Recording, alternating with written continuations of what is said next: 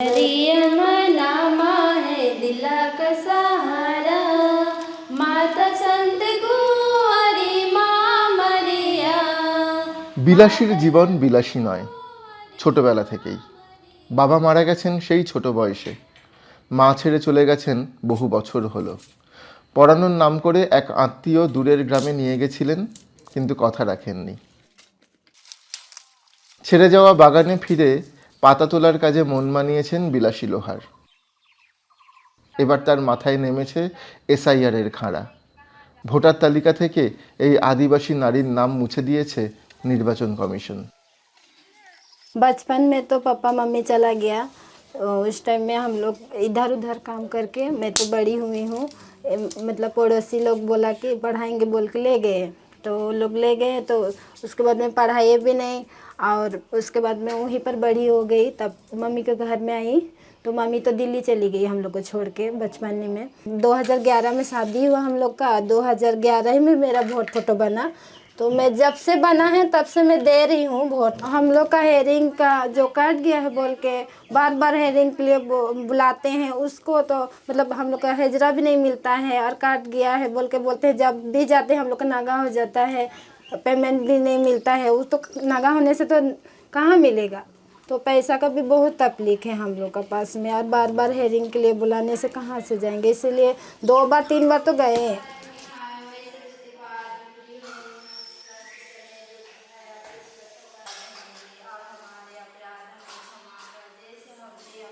বাগানেরই এক ছেলেকে বিয়ে করেছেন বিলাসী। এসআইআরে তার নাম আছে। দুজনে মিলে এখন সেই ছোটবেলায় ছেড়ে যাওয়া মাকে খুঁজে বার করার চেষ্টা করছেন।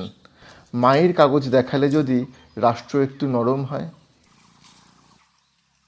मम्मी को ढूंढ रहे हैं फ़ोन करके यहाँ वहाँ, तो मतलब पता लगा रहे हैं कि कहाँ पर है, मतलब कहाँ पर काम कर रही है दिल्ली में बोल के। अब आएगी तब तो पता चलेगा।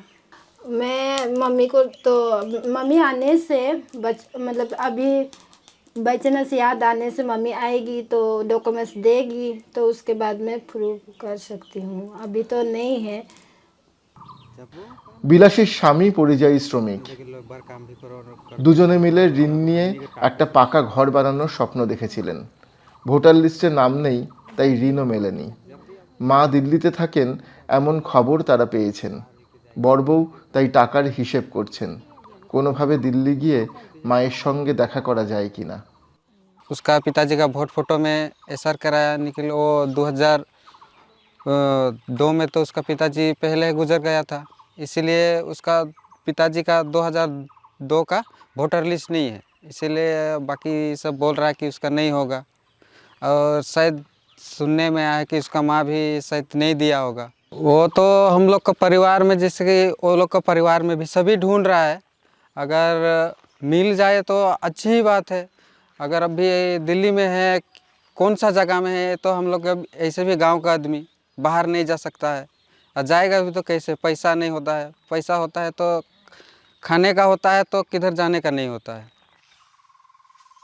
ডুয়ার্সের কয়েকশো চা বাগানে এমন আরও অনেক আদিবাসী বিলাসী আছেন, যেমন বিলাসীর প্রতিবেশী আলেক্সিয়া মিন্স। নির্বাচন কমিশন তার নামও কেটে দিয়েছে। দিন আনি দিন খাইয়ের সংসারে আলেক্সিয়ার চিন্তা তার মেয়েকে নিয়ে। আসছেবার ভোটে মেয়ের নাম উঠবে তো। आदमी लोग तो सब कुछ बंद हो जाएगा, राशन बंद हो जाएगा, जितना क्या क्या पैसा सब घुसता है वो भी बंद हो जाएगा, ऐसा बोल रहा है। इसलिए मैं डर रही थी कि मेरा तो वोट कट गया, अभी तो मेरा कुछ नहीं मिलेगा। राशन नहीं मिलने से तो बहुत मुश्किल नहीं होगा। বিলাসী আলেক্সিয়ার বামনডাঙ্গা চা বাগানেই কাটা গেছে 94 জন আদিবাসী বাগানির নাম। আশপাশের চা বাগানগুলি মেলালে নাম কাটা যাওয়া আদিবাসী নেপালির সংখ্যা হাজারেরও বেশি। কি বলছেন রাজনীতির কারবারিরা? আমার কাছে সব চা বাগানের এক একটা চা বাগানের লোকেরা এসেছিল, যারা 150 বছর 200 বছর ধরে ভূমিতে আছে, তাদের নিজে ভূমে পরবাসী করে দেওয়া হয়েছে। আর এসআইআরের ব্যাপারটা প্রতি বছর হয়, এটা সাংবিধানিক ব্যাপার। এটা 15 বছর 12 বছর বাদে বাদে হয়। মরা মানুষের নাম কাটা যায়, সিটেড ভোটারের নাম কাটা যায়। এতে মমতা ব্যানার্জির লাফালাফির কী আছে? উনি জানেন যে ওনার মানে প্রিয় পাত্র যারা তাদের নাম কেটে গেছে, বিশেষ সম্প্রদায়ের নাম কেটে গেছে, সেই জন্য ওনারা তো লাফালাফি না। রাজনীতি চলছে রাজনীতির নিয়মে। বিলাসীরা বুঝে গেছেন তাদের নিয়ে ভাববার মতো সময় কারোর হাতে নেই। চার্চে প্রার্থনা ছাড়া আর কী বা করতে পারেন তারা।